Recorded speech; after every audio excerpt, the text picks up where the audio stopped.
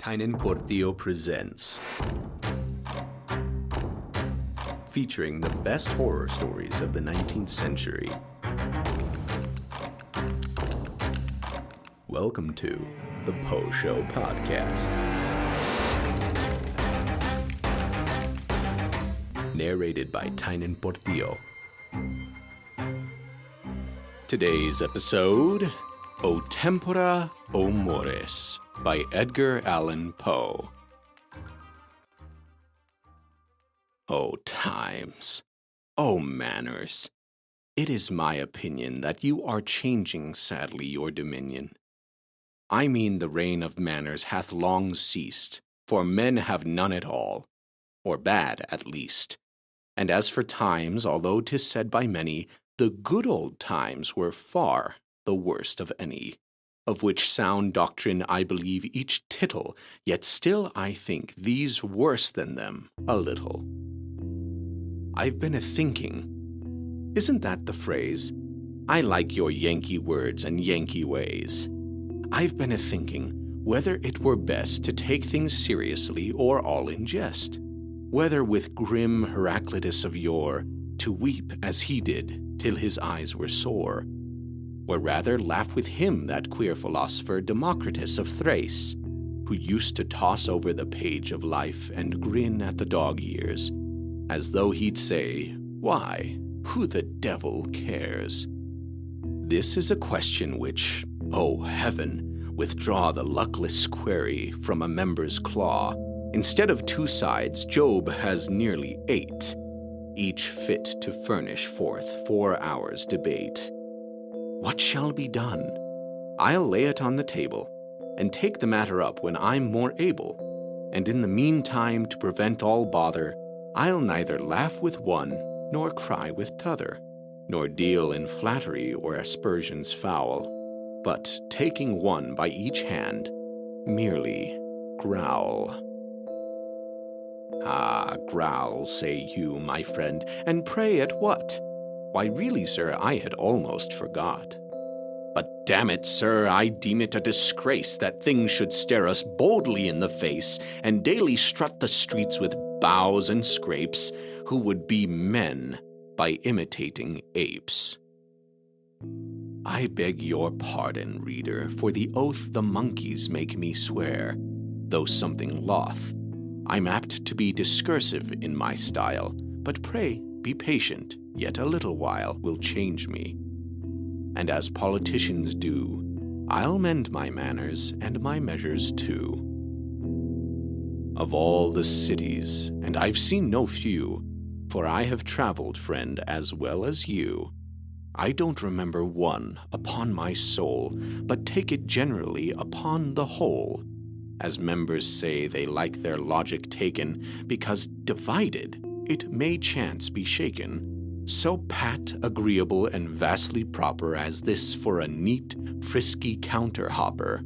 Here he may revel to his heart's content, flounce like a fish in his own element, toss back his fine curls from their forehead fair, and hop o'er counters with a vester's air, complete at night when he began A.M., and having cheated ladies, dance with them. For at a ball, what fair one can escape the pretty little hand that sold her tape, or who so cold, so callous to refuse the youth who cut the ribbon for her shoes?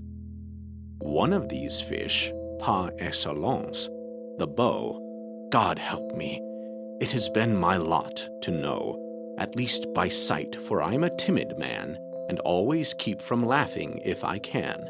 But speak to him, he'll make you such grimace, Lord, to be grave exceeds the power of face.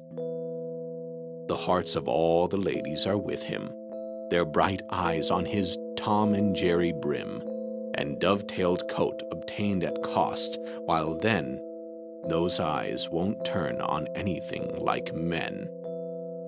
His very voice is musical delight. His form once seen becomes a part of sight. In short, his shirt collar, his look, his tone is The beau ideal fancied for Adonis. Philosophers have often held dispute as to the seat of thought in man and brute, for that the power of thought attends the latter, my friend, the beau hath made a settled matter. And spite of all dogmas current in all ages, one settled fact is better than 10 sages. For he does think, though I am oft in doubt if I can tell exactly what about. Ah, yes, his little foot and ankle trim, 'tis there the seat of reason lies in him. A wise philosopher would shake his head. He then, of course, must shake his foot instead. At me in vengeance shall that foot be shaken. Another proof of thought, I'm not mistaken, because to his cat's eye I hold a glass, and let him see himself a proper ass. I think he'll take this likeness to himself, but if he won't, he shall, a stupid elf, and lest the guessing throw the fool in fits, I close the portrait with the name of Pitts.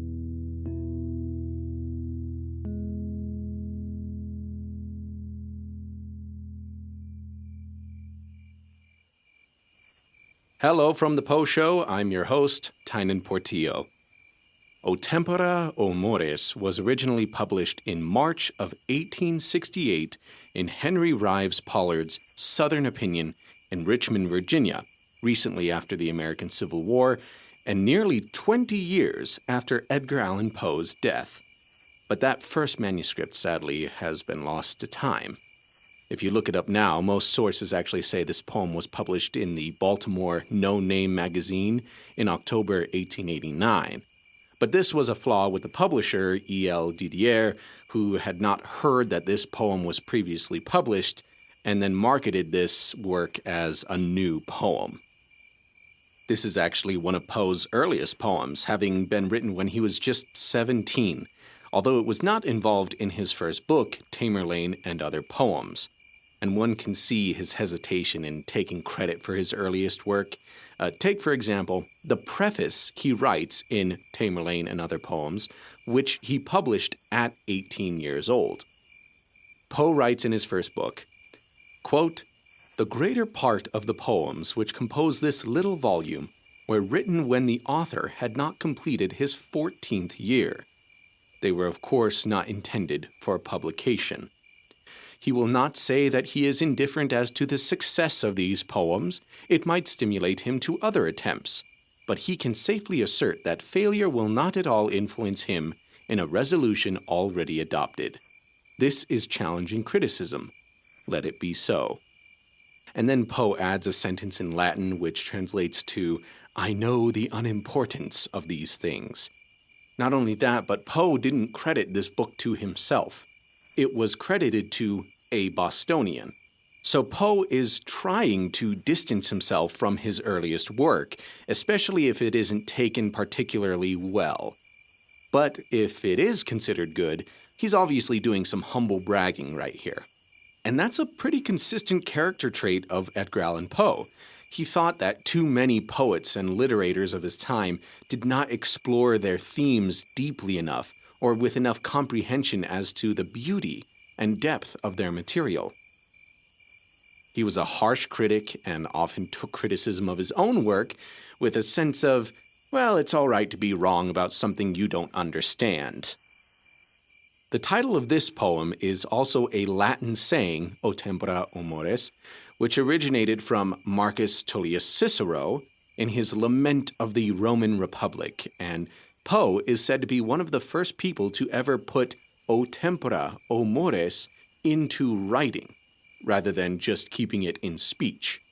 It's a saying which fundamentally states a disdain for current times and customs, again originating from Cicero, who was saying that Rome had lost its worthwhile principles. And Poe is obviously using this statement in a similar way when he writes, "The reign of manners hath long ceased, for men have none at all, or bad at least." he does reference Heraclitus, a Greek philosopher whose main contribution to schools of thought has been on change. We actually get the saying, "the only constant in life is change," from Heraclitus. The idea that everything changes, nothing can be static, and even the way we think changes. And because of this, change is the one thing that unites everything. Poe goes on to ask if he should cry with Heraclitus or laugh with Democritus, another Greek philosopher who is known for his emphasis on cheerfulness in life. Literally, you look up a picture of Democritus, they're all laughing or smiling. Oh, and he was also one of the first people to suggest that atoms exist, but who cares about that? Back to what's more important. I really enjoy the symbolism that Poe creates when he says Democritus tossed over the page of life and grinned at the dog ears, asking who the devil cares. Dog ears meaning that you take the corner of a book page and you fold it down so you remember the section better. But here he is saying, who cares about that? Things are going to change. Embrace it. But the narrator of this poem does neither, and instead takes one by each hand and growls. It's apparent that Poe is expressing his disdain for change, and especially his disdain for being happy with change. As we all know, Edgar Allan Poe is not well known for being a very happy man, and strove in every bit of his art to become better and better. Perhaps that's one reason why he wrote The Oval Portrait, also featured on this podcast, because in that story, there is an artist who is so obsessed with creating perfection that he kills the closest thing to him in the world. Poe goes on to describe a young man courting ladies with a Tom and Jerry brim. And no, he was not referencing the classic cat and mouse cartoon. Believe me, I looked it up. No, that was actually a slang term for saying someone liked drinking, gambling, and getting into fights. Which is a bit ironic, considering that Poe is writing about his contempt for a man like that, then in his adult years became a serious alcoholic, took on massive amounts of gambling debts, and, at least through his critic columns, engaged in sustained arguments with other writers and poets. And this target of his criticism is said to be fancied for Adonis, the Greek god of beauty and desire. I really feel like Poe has some jealousy when he's saying that. He's saying this man who is unworthy of woman's attention, he's got a pretty face, and he knows how to charm women. And he gets spiteful. And funnily enough, there is most likely an actual person that Poe is talking about in this poem. At this time, it's theorized that Poe was criticizing a store clerk who was courting a young belle who Poe had his eye on at the time. He surely must have had some contempt for this man named Bob and denounced his behaviors of charming and wooing ladies. He therefore closes the portrait he's painted of this individual with the name of Pitts, adding an overt literary insult to this poem or to this man, saying this man is the Pitts. I think it's really interesting reading this poem, knowing that it was written when Poe was just a jealous teenage boy. It does have poetic elements that show up in Poe's later work, like hyperbole, Greek gods, love, and visual symbolism.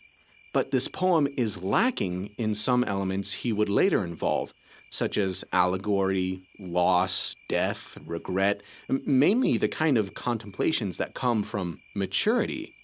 But this shows O Tempora o Mores to actually be the irate maundering of a lovesick, envious teenager.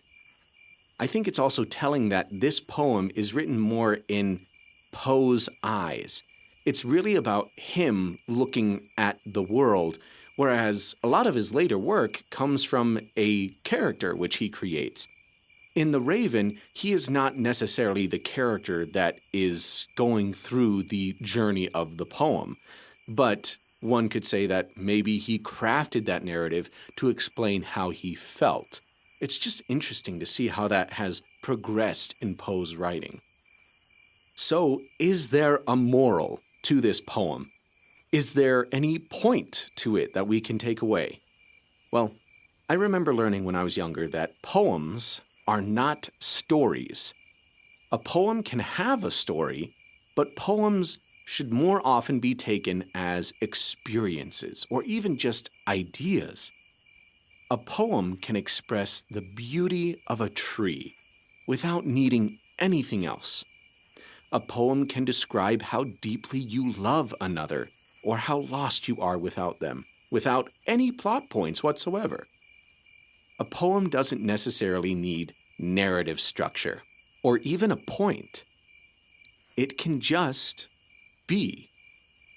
And sometimes a poem can just be about how you despise a competitor in the contest of winning a woman's love.